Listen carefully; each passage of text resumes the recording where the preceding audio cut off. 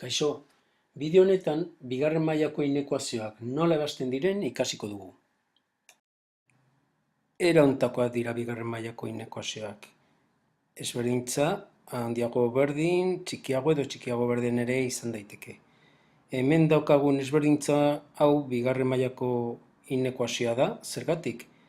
X gehi bost berbi eginda, bigarren mailako polinomio bat geratzen zaigulako hemen eskumaldean. Ebasteko urratsak. Lehenengo urratsa, inekuazioa prestatu behar da. Modu honetan geratu behar da adierazita.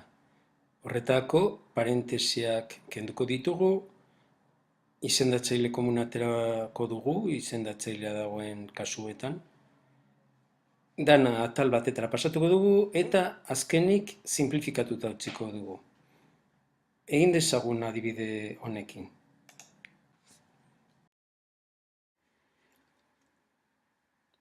Hemen 7 2x daukagu lehenengo atalean, txikiago berdin, biderkaketa nabarmen honen garapena egingo dugu. X berbi, gehi 10x, gehi 25.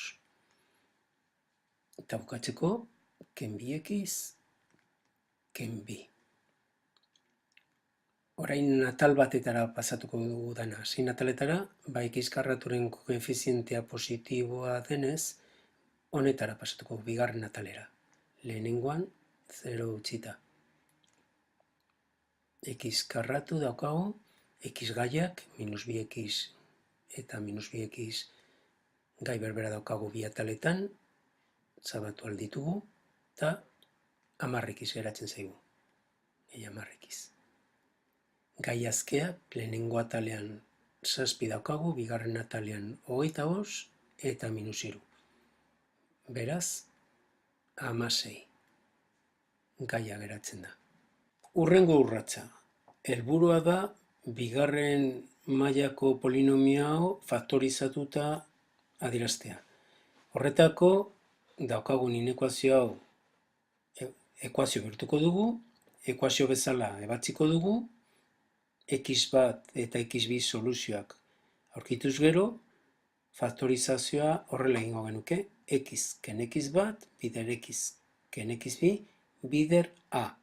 A, ekuazioaren x karraturen koefizientea delarik. Egingo dugu.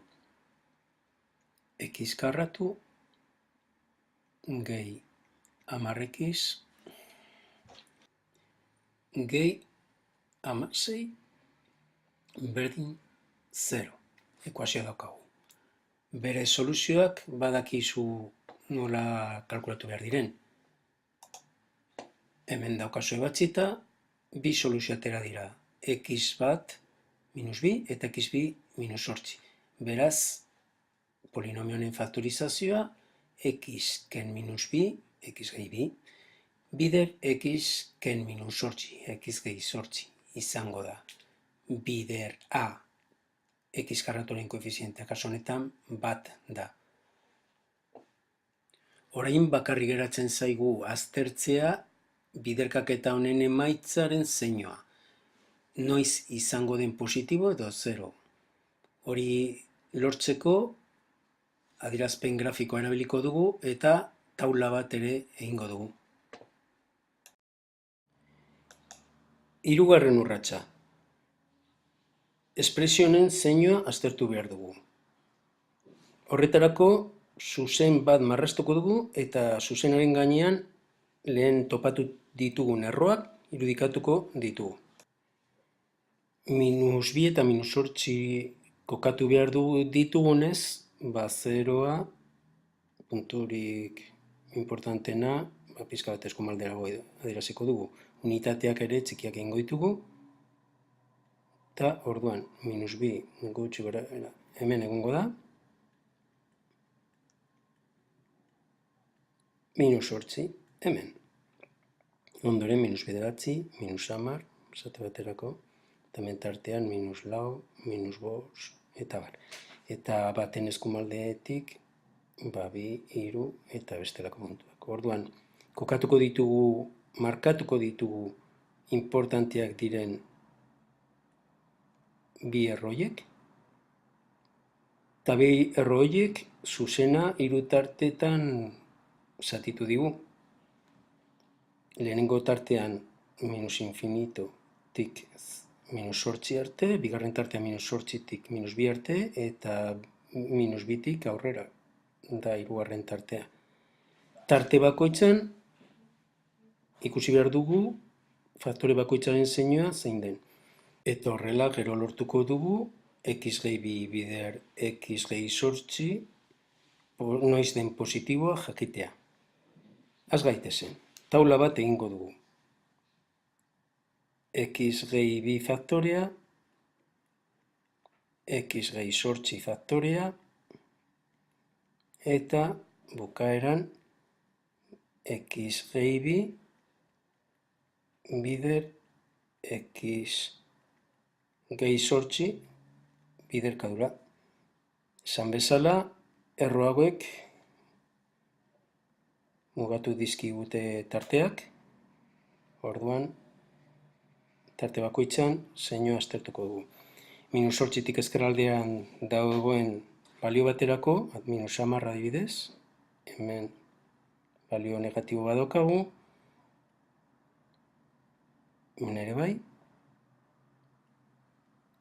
eta hemen 0, 1, 2, 3 balioetarako positibo izango da. Kasu honetan,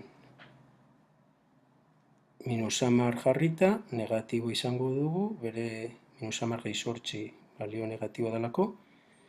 Minus 8 eta minus 2 artean aldiz positiboa izango da, eta hortik aurrera ere emaitza positiboa lortuko dugu. Eta zeinu hauek izan da, biderkaduraren zeinua zein da? Minus bider minus plus. Minus bider plus minus eta plus bider plus plus. Gu zeari ginen bilatzen? Biderkadura hau handiago edo berdin 0 izan behar zela. Orduan, hemen ditugu inokuazio hau betetzen duten soluzio guztien multzoa, honaino eta hemendik aurrera. 0 izatea ere ontzat ematen denez, minus 8 denean espresio horrek 0 balio du, eta minus 2 denean ere espresioaren balioa 0 da. Berez, soluzio multzoa, grafikoki, puntu guzti hauek betetzen dute. Minus 8 eta minus 2 barne. Tarteak erabilita, soluzio multzoa,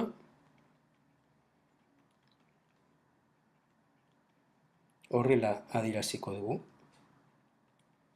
Minus infinitotik, minus 8 arte, minus 8 barne, bildu.